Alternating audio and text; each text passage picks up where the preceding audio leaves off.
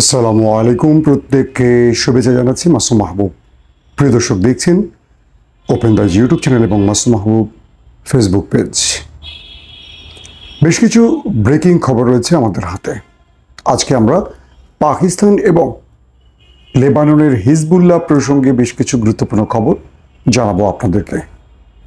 আমরা বলতে পারি দুটো খবর রয়েছে, একটি ভালো, একটি খারাপ খবর। তো আমরা খারাপ খবরটি দিয়ে শুরু করতে চাই, যাতে শেষের দিকে কিছু মন ভালো করার খবর আপনাদের দিতে পারি। প্রথম যে খবরটি সেটি হলো হিজবুল্লাহর উপর প্রথম 2 দফা ডিভাইস আক্রমণ শেষে এবার দখলদার দেশটির সবচেয়ে বড় বোমা বিস্ফোরণ ঘটিয়েছে। যখন লেবাননের আকাশে F-35 মাধ্যমে এই ভয়াবহ বোমা বিস্ফোরণ ঘটানো হয়, পুরো লেবাননে যেন ভূমিকম্পের মতো কেঁপে উঠেছে। দেখা গেছে বিশাল অঞ্চল জুড়ে আগুন ধরে গেছে এবং এই বোমার কার্যকারিতা কত ভয়াবহ কয়েকটি গণমাধ্যমের সূত্রে বলা হয়েছে। লেবাননের হাসপাতালগুলোতে জরুরি অবস্থা দেখা গেছে। হাসপাতালগুলোতে হাজারো আহত মানুষের ভিড় জমেছে। যখন লেবানন প্যালেস্টাইনের পক্ষে দখলদার বাহিনীর বিরুদ্ধে জবাব দিচ্ছিল, প্রথমেই দেখা গেল মার্কিন যুক্তরাষ্ট্রের বিশেষ কয়েকটি ড্রোন লেবাননের আকাশে উড়ে গেল এবং তারা লেবানন থেকে সকল তথ্য উপাত্ত, হিজবুল্লাহর অবস্থান, তাদের ঘাঁটি, তাদের মিসাইল কোথায় কোথায় প্রস্তুত, এই ব্যাপারে সকল গোপন তথ্য সংগ্রহ করছিল মার্কিন সেই বিশেষ ড্রোন। এরপর হিজবুল্লাহ সেই ড্রোনগুলোকে তাড়া করলে তারা লেবাননের আকাশ থেকে পালিয়ে যায়। পরবর্তী দেখা যায় ইসরায়েলের এয়ারফোর্স F-35 মাধ্যমে ভয়াবহ আক্রমণ চালায় লেবাননের উপর।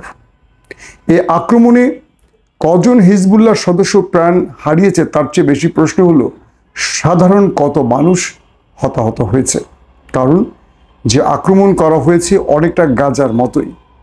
সেখানে কোনো হিজবুল্লাহ স্পেসিফিক তাদেরকে টার্গেট করে আক্রমণ হয়নি, বরং নির্বিচারে সাধারণ মানুষের উপর আক্রমণ হয়েছে এবং প্রচুর সংখ্যক লেবানিজ হতাহত হয়েছে। হাসপাতালগুলোর ফুটেজ দেখা গেছে, একটার পর একটা অ্যাম্বুলেন্স হাসপাতালে ভিড় করছে, এত বেশি মানুষ আহত হয়েছে।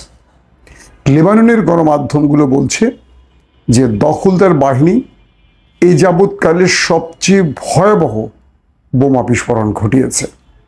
পাশাপাশি দখলদার বাহিনীর বিশাল সেনাবাহিনীকে সীমান্ত এলাকায় পাঠানো হচ্ছে এবং একটা বড় যুদ্ধের প্রস্তুতি চলছে। এর পরিপ্রেক্ষিতে লেবাননের পক্ষ থেকে সবচেয়ে শক্তিশালী এবং দূরপাল্লার দুটো মিসাইল নিক্ষেপ করা হয়েছে। পাশাপাশি বেশ কিছু রকেট ছোড়া হয়েছে দখলদার দেশটিকে টার্গেট করে। এরপর আমরা হিজবুল্লাহকে দেখলাম একটা নীরবতা পালন করতে। প্রশ্ন উঠল, দখলদার বাহিনীর এই বড়সড় আক্রমণের পর হিজবুল্লাহ কেন এরকম চুপসে গেছে? কিছু কিছু মাধ্যম বলছে হিজবুল্লাহ মূলত দ্বিতীয় পদক্ষেপ, দ্বিতীয় যে আক্রমণ, এটির জন্য প্রস্তুতি নিচ্ছে। অর্থাৎ দখলদার বাহিনী লেবাননের উপর যে বড় বিস্ফোরণ ঘটিয়েছে তার প্রতিশোধ স্বরূপ কোনো বিশেষ সারপ্রাইজ দেওয়ার অপেক্ষা আছে হিজবুল্লাহ, এবং তাই তারা মোটামুটি 24 ঘন্টা বা তার চেয়ে কিছু সময় কম তারা নীরব অবস্থানে ছিল। এখানে দুটো বিষয় আসছে। এক, হিজবুল্লাহ সদস্যরা হতাহতদের নিয়ে ছুটছে হাসপাতালগুলোতে, তাদের চিকিৎসায়, তাদের অপারেশন, তাদের রক্ত, বিভিন্ন বিষয় তারা এখন ব্যস্ত রয়েছে। এবং অন্যদিকে ইরানের সাথে তাদের বিশেষ যোগাযোগ চলছে এবং বিশেষ আক্রমণে বা দখলদার দেশটির ভেতরে ভয়াবহ আক্রমণের প্রস্তুতি চলছে। তবে এই বিস্ফোরণের পরপরই লেবাননের পক্ষ থেকে হিজবুল্লাহ যে অ্যাটাক করেছে, প্রায় শতাধিক রকেট এবং শক্তিশালী বেশ কটি মিসাইল অ্যাটাকের মধ্য দিয়ে বলা হয়েছে এই অ্যাটাকগুলো উত্তরাঞ্চলের হাইফাকে টার্গেট করা হয়েছে। দর্শক, এবার আপনাদের নিয়ে যাচ্ছি সরাসরি আমরা পাকিস্তানের খবরে। আবারও বলছি, হিজবুল্লাহর প্রতি মুহূর্তের আপডেট আসছে এবং হুতি দখলদারদের হুঁশিয়ারি দিয়েছে এবং বলেছে তারা বড় আক্রমণ করতে যাবে। হয়তোবা আজকেই হুতি কোনো বড় অ্যাটাক করতে পারে দখলদার দেশটিকে টার্গেট করে। সেই খবর পাওয়া মাত্রই আমরা আপনাদের জানিয়ে দেব। এবার পাকিস্তান প্রসঙ্গে আমাদের হাতে কিছু গুরুত্বপূর্ণ খবর রয়েছে।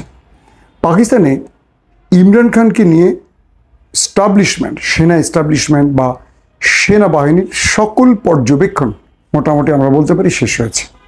অর্থাৎ আসিম মনির সেনাপ্রধান যিনি, তিনি তার সকল শক্তি ব্যবহার করে ইমরানকে দমিয়ে রাখার চেষ্টা করেছেন। মিথ্যে মামলা দিয়ে জেলে ঢুকিয়েছেন, মিথ্যে মামলার রায় দিয়ে ইমরানকে ফাঁসিয়েছিলেন, উচ্চ আদালত ইমরানকে মুক্তিও দিয়েছে। কিন্তু পর্যায়ক্রমে ইমরানের উপর যে চাপ সৃষ্টির চেষ্টা করা হয়েছিল, সেই চাপে ইমরান নতি স্বীকার না করায় সেনাবাহিনীর মধ্যে তাদের মনোবল ভেঙে পড়েছে। কীরকম? 8 ফেব্রুয়ারি নির্বাচনে ইমরান বিজয় লাভ করেছিল। সেনাবাহিনী একটি টেস্ট কেস চালিয়েছিল। কীরকম? যে ইমরানের দলকে মাইনাস, ইমরানের মার্কা মাইনাস, ইমরানের প্রার্থীকে মাইনাস করে দেখতে চেয়েছিল জনগণ ইমরানকে কি পরিমাণ চায়। দেখা গেল অতীতের সকল রেকর্ড ভঙ্গ করে পাকিস্তানের জনগণের 80% বা তার চেয়েও বেশি ভোট দিয়েছে ইমরানকে। সেনাবাহিনী ফেল করলো এ যাত্রায়। দ্বিতীয় পর্যবেক্ষণে দেখা গেল ইমরানকে কোনো মামলায় জামিন না দিয়ে তাকে জেলে আটকে রাখলো, যদিও উচ্চ আদালত তার বিরুদ্ধে ঘোষিত প্রত্যেকটি রায়ের জামিন দিয়েছে। কিন্তু নিম্ন আদালতের মাধ্যমে ইমরানকে আবারও ফাঁসানো হয়, তাকে জেলে আটকে রাখা হয়। এরপর ইমরানের দল ভাঙার বিশেষ চেষ্টা চালায় আইএসআই। একটার পর একটা ষড়যন্ত্র করতে করতে করতে করতে শেষ পর্যন্ত ইসলামাবাদে যে সমাবেশটি হয় সেটি কয়েকবার ঘোষণার পরও সফলভাবে ইমরানকে করতে দেওয়া হয়নি। অর্থাৎ রাষ্ট্রীয় নিরাপত্তা বাহিনীর মাধ্যমে ইমরান খানের সকল জলসা বা সমাবেশকে ভণ্ডুল করে দেওয়া হয়। তারপর সকল বাধা বিপত্তি পিটিয়েই সফল একটা জলসা করে গেল মাসে। এরপর আমরা দেখলাম কি, যে লাহোরে গতকালকে রাষ্ট্রীয় বাহিনী দিয়ে সকলভাবে বাধা সৃষ্টি করে, কন্টেনার, মাটির স্তূপ তৈরি করে, পুলিশ, রেঞ্জার্স, এফসি দিয়ে বাধা সৃষ্টি করে ইমরানের পিটিআইকে আটকাবার চেষ্টা করেছিল মরিয়ম নওয়াজ।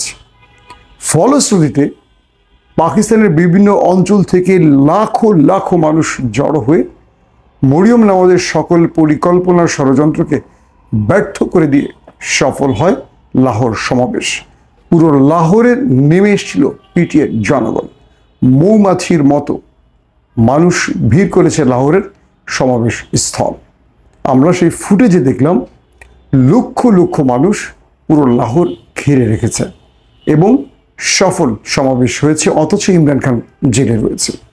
সেনাবাহিনীর এজেন্সির পক্ষ থেকে বলা হয়েছে যে ইমরানকে মাইনাস করার যতগুলো পরিকল্পনা বা ষড়যন্ত্র তৈরি হয়েছে একটিও সফল হচ্ছে না, এবং সেনাবাহিনী তার সর্বোচ্চ চেষ্টা করেছিল যে ইমরানকে যে কোনোভাবে পাকিস্তানি জাতিদের কাছে ভিলেন রূপে তৈরি করবে। কিন্তু দিন যত গড়াচ্ছে, সময় যত পেরোচ্ছে, ইমরান আরও বেশি জনপ্রিয় হচ্ছেন। সূত্রগুলো বলছে এই মুহূর্তে পাকিস্তানের নির্বাচন হলে 3 শতাধিক আসন এককভাবে পিটিআই পেতে পারে। তার মানে সেনাবাহিনী এইটুকু বুঝতে পারছে যে যতদিন তারা বন্দুকের নল দিয়ে শক্তি দিয়ে পারবে ইমরানকে আটকে রাখতে, ততদিনই তারা পারবে। কিন্তু ভোটের রাজনীতিতে বা জনগণের যে রাজনীতি, সেই রাজনীতিতে ইমরানকে আটকে রাখা যাবে না, এবং যখনই জনগণ ভোটের সুযোগ পাবে ইমরানকে ভোট দেবে।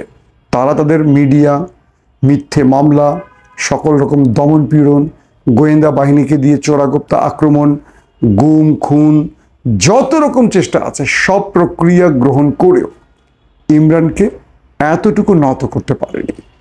পক্ষান্তরে ইমরানকে চাপ প্রয়োগ করতে করতে করতে করতে বিপরীত যে দলগুলো রয়েছে পিডিএমের, যারা আসিফ মনিরের বর্তমান দোসর, তাদের জনপ্রিয়তা শূন্যের কোঠায় চলে গেছে।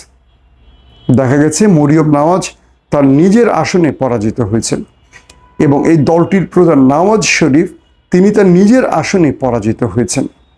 হামজা শরীফ তাদের মরিয়ম নওয়াজের ভাই, চাচাতো ভাই, তার আসনে পরাজিত হয়েছেন।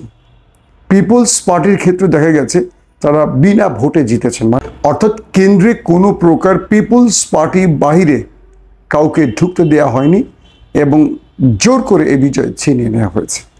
এই দলগুলো ততদিন ক্ষমতায় থাকবেন যতদিন আসিফ মনির বা সেনাবাহিনী বা আইএসআই চাইবে। কিন্তু প্রশ্ন হলো আইএসআই বা সেনাবাহিনী কতদিন ইমরানকে এভাবে জনগণের থেকে সরিয়ে রাখবে? কালকে লাহোরে যে সমাবেশ হয়েছে, এত বাধা বিপত্তি, প্রত্যেকটা রাস্তা বন্ধ করে দেবার পরও লাহোরের সমাবেশে লক্ষ লক্ষ মানুষ জড়ো হয়েছে, যেটা লাহোর এর আগে কখনো দেখেনি। অথচ সমাবেশ স্থলে ইমরান খান নেই, তিনি রয়েছেন জেলে। জেল থেকে জনগণকে বলেছিলেন সবাই নেমে আসো, সফল করো জনসমাবেশ। ইমরান খানের এক ডাকে যেভাবে পিপিলিকার মতো মানুষ ছুটে এসছে, এটাকে কিভাবে আটকাবে পাকিস্তান সেনাবাহিনী? সেনাবাহিনী এখন নতুন করে হিসেব কষতে বসে গেছে যে ইমরানকে কোনোভাবে বা তার কাছ থেকে যদি কোনো এক্সিট রুট নেওয়া যায়, কোনো আপোষ রফা করে যদি সেনাবাহিনী ইমরানের কাছ থেকে ক্ষমা নিতে পারে, তাহলে তারা ইমরানকে ক্ষমতায় বসাবেন। তবে বিশেষ 3টি শর্ত থাকবে সেনাবাহিনীর পক্ষ থেকে। সেটি রাজনীতিতে সেনাবাহিনীকে সর্বদা হস্তক্ষেপের সুযোগ দিতে হবে এবং বাণিজ্যিক ক্ষেত্রে সেনাবাহিনী যেভাবে অবৈধ পথে লুটপাট করে সেখানে হস্তক্ষেপ করা যাবে না, তো তাদেরকে বাধা দেওয়া যাবে না। 3 নম্বর, মার্কিন ইস্যুতে ইমরান খানকে সবসময় মার্কিন মুল্লুকের কাছে নতি স্বীকার করে এই প্রধানমন্ত্রীর চেয়ারে বসতে হবে, অর্থাৎ মার্কিন প্রেসক্রিপশন মাথায় নিয়েই কাজ করতে হবে।